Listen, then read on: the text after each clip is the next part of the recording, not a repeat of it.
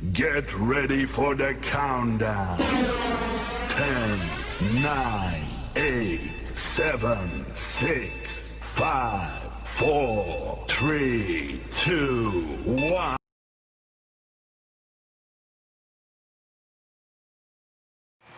Halo guys, welcome to my channel. Kali ini kita kedatangan tamu dari Surabaya, Tias. Oke, pada kesempatan kali ini kita akan membahas seputar kehidupan malam, modeling, kisaran seputaran kehidupan malam. Kehidupan bukan kelam ya, malam ya. Kehidupan malam. Oke. Sebelumnya Mbak Tias ini kerjanya di mana? Atau kerja apa gitu? Aku dulu awal lulus sekolah itu kerja di salah satu tempat makan. Aku jadi kepala toko karena apa? Karena yang punya itu kan kenalannya mamaku. Mamaku tuh bude tuh, panggilnya mama. Terus habis itu kerja lagi di admin, kenalannya omku. Ya. Nah yang terakhir tuh kerja di bank. Aku pernah jadi pegawai bank ya di salah satu bank Indonesia terkenal juga. Tapi aku nggak boleh sebut mereka. Ya, 3 tahun aku di sana. Terus setelah itu setelah dari bank itu kan desain itu kan setelah itu ngerjain apa? Untuk pekerjaannya ada tawaran pekerjaan apa atau gimana? Kebetulan habis resign dari bank itu aku kan masih jalan sama seseorang dan dia itu benar-benar membatasi aku di dunia yang benar-benar aku hobi banget, yaitu di dunia entertain. Akhirnya aku nggak ada aktivitas apa sih sebenarnya, cuman mungkin pacaran doang ya, kayak anak kucing zaman sekarang malah cuma pacaran dan akhirnya pas aku udahan sama si dia, sekarang aku terjun lagi di dunia model sama kayak waktu zaman sekolah dulu. Berarti waktu di dunia entertain itu kamu hanya pacaran, bukan istilahnya bukan bekerja, diajak bekerja gitu maksudnya? Enggak, aku yang terakhir ini cuma apa ya, suka ya cuma pacaran, mesra-mesraan, bucin-bucinan. Istimewa. Tapi sekarang nggak tenang. Terus setelah itu terjun di dunia Model model lagi. Sampai akhirnya dapat beberapa endorsan, terus diajak kolaborasi juga. Ya berkembang lah intinya. Padahal dulu kan zamannya masih pertama kali jadi model itu kan cuma model doang. Belum ada tawaran. Kalau dalam sebulan kira-kira dapat job pemotretan berapa kira-kira? Ini aku kasih yang paling banyak Yang paling banyak. Yang paling banyak itu aku pernah di job sama 7 fotografer. Dan itu beda-beda konsep semua, ada yang casual, ada yang semi tate. Terus ada juga yang di dalam kolam itu entah apa ya konsepnya. Dibilang pakai bukan, dibilang bukan.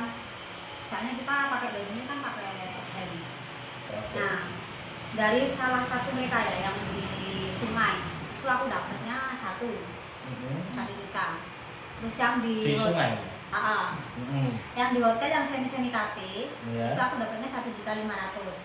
Nah, terus habis itu yang casual itu kebetulan kan dia yang itu pas waktu aku lagi pergi dari Surabaya, ceritanya minta udah kan emosionalnya kan tinggi ya, jadi minta dari rumah. Ketemu sama temenku fotografer satu itu, dan dia mau minta foto aku 1, tapi konsepnya casual. Akhirnya kan namanya orang pada sama kita juga ada timbalnya. Jadi akhirnya aku cuma budget dia itu 210. Berarti total akumulasi udah 2.700.000 dong. 2.700. Habis gitu aku ada lagi job 1 sama budgetnya 1 juta juga. Soalnya konsepnya aku pakai bra sama rok. Itu niatnya aku mau dandan yang ekstra rok gitu kan, rok proper banget. Cuman karena ambil lokasinya itu outdoor, nggak sesuai gitu. Karena itu ya pakai ruangan yang gelap-gelapan gitu kan. Akhirnya cuman kostumnya aja yang dibikin seperti itu, cuman make upnya kita masih pakai make up natural. Jadi itu paling banyak itu selama ini 7 ya. Paling sedikit dalam 1 bulan. Kalau dalam 1 bulan pasti ada ya? Ada yang waktu corona kemarin. Sampai aku benar-benar span banget, masih bisa dapat penghasilan gak? Nah, misalnya kan emang aku udah benar-benar terjun di dunia ini, dan aku nggak mau cari kerja yang lain lagi kayak yang di bank dulu ataupun yang di sebagai kepala toko. Aku udah dari sini, jadi aku harus jangan dan ini doang gitu. Itu cuma 1 kali job, ya kan, 1 kali job, dan itu dalam 1 bulan pas bener-bener corona. Jadi corona pergilah kau. Bulan April itu ya. Kita sebagai warga negara Indonesia itu merasa dirugikan banget sama keuangan gara-gara corona sekarang. Dan terus untuk paling ekstrim untuk melayani yang model kayak gimana atau pose gimana Mbak Tias? Yang paling ekstrim itu saat di Surabaya sih, masih di Surabaya aku, di salah satu fotografer ya. Iya. Fotografer itu dia fotografer tunggal, budgetnya sih ya sama, cuma sekarang 1. Cuma yang bikin aku ekstrim tuh gini loh, itu kan dia kan pakai konsep KT semi kan, aku pakai lingerie, tahu kan lingerie itu seperti apa, pasti orang pilihannya juga sange gitu loh. Kata harus muka aku di sange-sange itu sebenarnya mereka udah sange, tapi kan nyari itunya kan. Nyari taste-nya. Nah yang namanya fotografer itu kan nggak semua manusia itu nggak semua ada yang baik ataupun ada yang buruk, nggak semua kan. Dan pas di saat itu lagi apesnya Tias aja ya, dia dapat fotografer yang niatnya dia itu bilangnya katanya mukamu kok kurang sange. Gimana kalau aku bantu? Kalian tahu bantunya tuh kayak gimana? Gimana kalau gimana kalau misalnya aku bantu dengan menyetubuhi kamu? Itu guys. Saya sebagai model tuh merasa gini loh guys ya, untuk kalian semua para model deh. Kalau misalnya ada fotografer yang udah kayak gitu ke kalian, harga diri kalian terkorek gak sih? Marah gak sih kalian sebagai gelintek guys? Sampai aku bilang kan, aku orangnya kan tegas dan aku juga pemberani. Kalau aku kecil begini ya, aku tegesin sama dia. Gini ya kak, dari awal tuh kakak itu niatnya tuh ngejob aku, ngejob model atau BO-an. Salah nggak aku gitu? Iya betul sih. Mending itu jujur dari awal gitu loh. Aku pengen BO kamu Tias, ya kan aku bisa nolak kalau aku nggak mau. Nah tapi kalau misalnya dia bilangnya job model dengan konsep semi-KT pakai lingerie doang, terus tiba-tiba di dalam situ di pertengahan pemotretan dia ada kata-kata yang bikin orang itu tersinggung banget. Jadi untuk para fotografer, tolonglah ya jangan sampai yang namanya seni kita itu mahal. Nggak semua orang bisa di dunia inilah. Jadi jangan dicacatin dengan orang-orang yang hanya 1 biji saja tapi bikin semuanya itu rusak gitu. Iya, betul. Jadi tolonglah dijaga lagi image-nya ya. Untung ini nggak saya publikasikan ya. Coba kalau saya viralkan, Anda sudah hilang sekarang. Dilenyap oleh bumi, ditelan oleh bumi. Aneh-aneh manusia memang. Dan terus pertanyaan selanjutnya, apa orang tua dengan pekerjaan Mbak Tias ini tahu seperti ya kayak model Yang model ini apakah orang tua mengetahui? Jujur ya, aku jadi model udah dari SMK kelas 2 dan sampai sekarang aku berumur 25 tahun, OTW ke 26 nih. Orang tuaku belum tahu kalau aku tuh model, ya kan. Baru tahunya tuh kemarin pas puasa, waktu handphone aku berupa handphone ini sih. Handphone jadul ya kasarannya ya, seperti itu ya. Kemarin mas pakai handphone bagus. Oh, handphone bagus. Terus begitu kena corona nggak ada pemasukan, akhirnya terjual dong handphonenya. Ganti turun kasta berarti ya. Jangan kasta lah. Oh. Oke, balik ke konsep ya. Iya. Jadi pas HP tak taruh gini, aku kan biasanya nggak pernah yang namanya naruh HP sembarangan. Itu dibuka sama mamaku dong. Dibuka terus ada fotoku yang aku ngejar foto yang pakai kamera doang. Oh. Langsung aku dimarahin. Kalau orang Surabaya bilang gini, kon itu foto model opo, Yas? Hah? Kok iso foto ngono tok? Kon foto model opo? Itu dibolak-balik ke mana tuh? Balik tuh sampai kayak ini aku cuma diem, tak ambil HP itu, aku keluar tamu, Sampai jadi sekarang belum tahu, iya, belum tahu orang kan kalau aku tuh model. Bahkan kadang itu kalau aku bikin kayak foto-foto sendiri atau mungkin sekarang yang lagi booming kan TikTok tuh ya. TikTok. Itu mungkin orang tua aku tuh cuma bilang gini, anakku mulai gitu. Padahal juga dari situ dapat uang gitu loh. Bilangnya gitu. Ada lagi nggak pertanyaannya? Tapi pada waktu pertama kali itu pada waktu sesi pemotretan di kelas SMA kelas 2 ya? SMK kelas 2. Itu kan belum ada pengalaman sama sekali tentang pemotretan model dan lain-lain. Itu pertama kali masuk itu gimana? Canggung enggak itu? Kalau harus makan apa atau gimana atau bingung atau bingungnya mungkin dari ngarahin mimik wajah ya, harus udah mimik wajah yang spontan banget, itu yang bingung. Cuman kalau masalah di depan kamera, aku basicnya dari kecil emang udah sering nyanyi, udah sering nari. Berarti bisa nyanyi juga ya? Tapi sekarang aku jelek ya, jangan orang, maaf. Itu cuman apa ya? Hobi masa kecil. Tapi ya dapat uang juga sih dari hobi itu. Aku nyanyi dulu, yang namanya anak kecil dibayar 50.000 udah seneng banget. Ada acara ulang tahun, Tias besok bisa acara dong ulang tahun kenakan. Oh iya mbak, itu udah seneng. Disuruh nyanyi dia udah seneng gitu, apalagi dibayar 50.000. Tambah seneng banget bisa berjanji. Ya itu lah. Untuk pertanyaan selanjutnya, mungkin Mas Revi ada pertanyaan apa? Itu aja dulu Mas. Ya ada satu lagi yang lewat. Ada nggak selama jadi model perlakuan buruk atau tidak menyenangkan? Itu tadi udah dibahas ya, itu yang aku setujuin. Nah ada lagi yang lebih frontalnya itu dia sekarang alhamdulillah udah masuk penjara dong guys. Mungkin karena doa-doa dari model-modelnya dia, yang karena ketangkemnya dia itu, bacotnya dia itu yang kurang ajar banget sama para model. Jadi buat bapak polisi yang udah nangkep dia, jok banget sumpah. Halo kamu sama bapak polisinya. Sebenarnya mau takut dari sendiri sih, cuman aku nggak punya bukti kuat. Untungnya kemarin dapat kabar dia udah di penjara. Jadi ceritanya gini, aku di job model yang di sungai. Nah di sungai itu, aku namanya orang baru di situ. Aku biasanya ke luar kota itu cuma ngejob model doang kan, jadi nggak tahu karakternya dia seperti apa. Kemudian juga dari temen, terus dikenalin langsung aku pemotretan sama dia, cuma berdua doang. Nah, aku kan orangnya tipe orang yang memberani, walaupun konsepnya. Terus jadi fotografer sama kamu aja berdua doang? Cuman berdua. Lah anehnya kan gini, seharusnya kalau emang dia fotografer profesional dan dia bilang juga punya studio, timnya mana? Nah betul. Cuman aku ya udahlah, aku juga dapat uang. Mau kamu mau pakai satu fotografer, mau cuma satu orang, nggak tahu kalau yang penting satu. Kamu nyentuh aku mati kamu.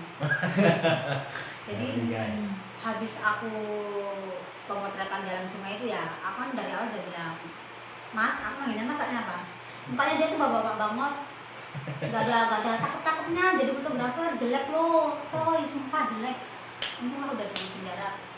Habis mau foto itu aku bilang, tolong ya, jangan ada sentuh di tubuh aku. Oh iya, yes. Jadi kalau marahin, masnya bilang aja, ya kurang gini, jangan sentuh aku. Oh iya.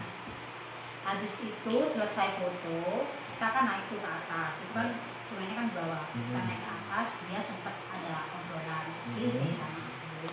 Yang bikin aku kaget tuh obrolannya tuh dia tuh bisa namanya dia yang pertama. Terus banyak katanya model-model yang udah diorbitin dia sampai sekarang di Jakarta. Tapi aku tanya nama modelnya siapa, dia nggak jawab.